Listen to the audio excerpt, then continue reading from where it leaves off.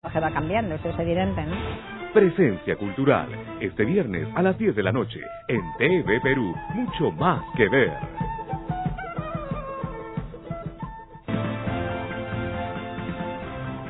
Bien, y el gobierno de Ucrania acusó a Moscú de la matanza de Maidán. Veamos. Lo que se planteó como una operación antiterrorista era en realidad un asesinato masivo de personas y se llevó a cabo bajo las órdenes directas del expresidente Yanukovych. Así de cruda y directa ha sido la denuncia realizada por las autoridades interinas de Ucrania contra el expresidente Víktor Yanukovych por las muertes de más de 100 personas durante las protestas realizadas el 18 y 20 de febrero, un día antes de huir a Moscú y 2 antes de su destitución. Las acusaciones también han alcanzado a Rusia, a la que se denunció por colaborar con 5.100 kilos de explosivos llegados a Kiev el mismo día de las manifestaciones. En la víspera, el derrocado presidente había rechazado las acusaciones en una entrevista para Associated Press y la televisión rusa. De otro lado, el primer ministro interino Arseniy Yatsenyuk ha dicho que el nuevo aumento del precio del gas impuesto por la rusa Gazprom es totalmente inaceptable. Esta empresa ha aumentado el costo del gas por segunda vez, ahora en 80%, presionando aún más a la economía de la golpeada Ucrania. Mientras tanto, de una galaxia no muy lejana llegó a Kiev Darth Vader para postular a la presidencia de Ucrania y formar su imperio, aunque la Comisión Electoral Central del país rechazó la candidatura del recordado villano de Star Wars, motivando que hasta el mismísimo Chewbacca se dirigiera a sus simpatizantes.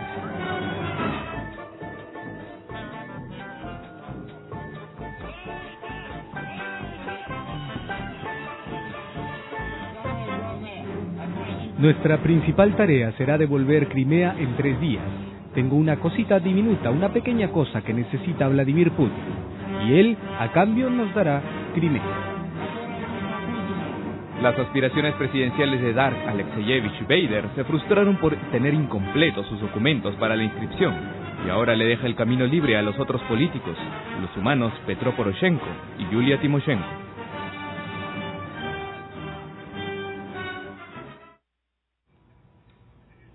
Bien, se quiso inscribir como Darth Vader, pero es Anakin Skywalker, ¿no? Yo presumo que la mayoría de los ucranianos creen firmemente que Darth Vader y el lado oscuro en su conjunto habitan en el Kremlin, que no hay necesidad de buscar una encarnación local. Sobre el reporte, en honor a la verdad, primero no dice en ningún momento que los rusos hayan matado a nadie, aunque sí dice que colaboraron con la labor de represión y que Yanukovych ordenó personalmente disparar contra los manifestantes. Lo que no dice es que parte de los muertos eran soldados, o más bien policías, y que también hay imágenes de los manifestantes disparando contra las fuerzas del orden. La mayoría de los muertos eran manifestantes, pero no todos, y sobre esas muertes no se dice nada. Muy bien, nosotros ahora nos vamos a Afganistán. Ya a 2 días de las elecciones presidenciales ya se han distribuido las urnas de votación. En la siguiente nota conozcamos quiénes son los candidatos. Pese al clima de inseguridad, el Ministerio del Interior de Afganistán ha garantizado que las elecciones del próximo sábado 5 de abril contarán con todas las medidas para evitar violencias y agresiones de todo tipo. La elección se realizará el próximo sábado en un territorio seguro. El proceso será supervisado por observadores nacionales e internacionales. Estamos comprometidos a facilitar el transporte de ellos y proporcionarles también suficiente seguridad para su trabajo.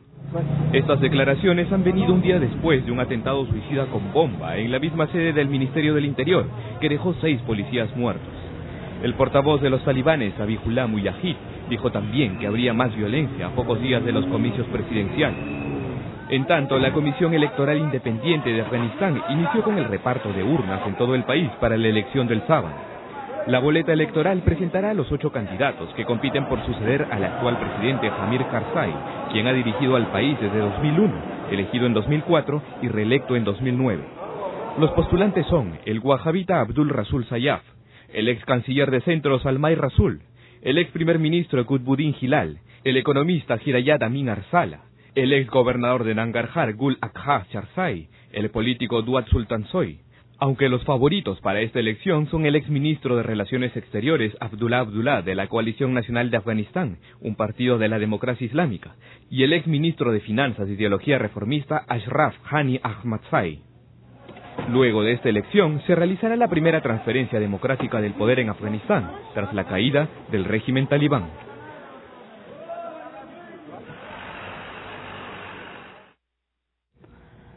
Muy bien, vamos a poder explicar de estos candidatos porque, de acuerdo a la Constitución, solamente el actual presidente puede estar 2 periodos, ¿no? Él no puede ir a un tercero, pero dice que él estaría detrás, pues, de uno de los favoritos y que continuaría en el poder. Hay muchas denuncias también, ¿no? Bueno, los 2 favoritos fueron ministros de Karzai, entonces digamos que ninguno de ellos es su enemigo, aunque Abdullah fue quien compitió con él en la segunda vuelta de la elección pasada y perdió alegando alegato de fraude que confirman los observadores de Naciones Unidas.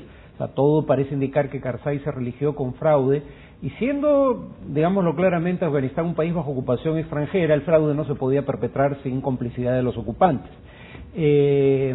Ahora, lo que se puede decir de bueno en favor de lo que pasa en Afganistán es que, a diferencia de cuando gobernaban los talibanes, hay 3 millones de niñas yendo al colegio, o más probablemente en este momento. 1 y 2, que el panorama político es más pluralista que cuando los talibanes gobernaban, pero por lo demás el país es sumamente inestable, no es económicamente viable sin ayuda internacional y sigue teniendo presencia extranjera, presencia armada extranjera, que atiza el fuego de la guerra contra los talibanes. Muy bien, vamos a cambiar de tema con el soldado del ejército de Estados Unidos, Iván López, que estuvo destacado en Irak. Fue el autor de los disparos que mataron a 3 personas e hirieron a otras 14 ayer en la base de Fort Hood, en Texas, donde él también se suicidó. El teniente general Mark Milley, jefe de mayor rango en esa base, informó que el atacante había sido evaluado por trastornos por estrés postraumático, pero que no se había confirmado el diagnóstico. Según fuentes de la base citadas por los medios, López vestía el uniforme estándar de camuflaje cuando entró en el edificio de la instalación militar y abrió fuego. El diario Daily Mail indicó que López era casado y había prestado servicio durante 4 meses en Irak como conductor de camiones en el 2011. Nos vamos a España. Más de 20 inmigrantes africanos han permanecido trepados por varias horas en la valla fronteriza de Melilla. En un nuevo intento por alcanzar territorio español, más de 20 inmigrantes africanos permanecieron durante horas trepados en la parte superior de la valla fronteriza de Melilla, ciudad que separa a España de Marruecos. En su desesperación sujetaban fuertemente las vallas de la frontera, puesto que era la manera de expresar que se rehusaban a abandonar esa parte del territorio. Algunos, ya cansados, se desmayaban y caían al suelo o eran auxiliados por miembros de la Guardia Civil, que debieron distribuirse para controlar la situación. Después de varias horas y bajo la presión de la policía, los inmigrantes decidieron descender y fueron llevados por las autoridades marroquíes. La semana pasada ocurrió algo similar, cuando 10 inmigrantes lograron cruzar la frontera y llegar a España.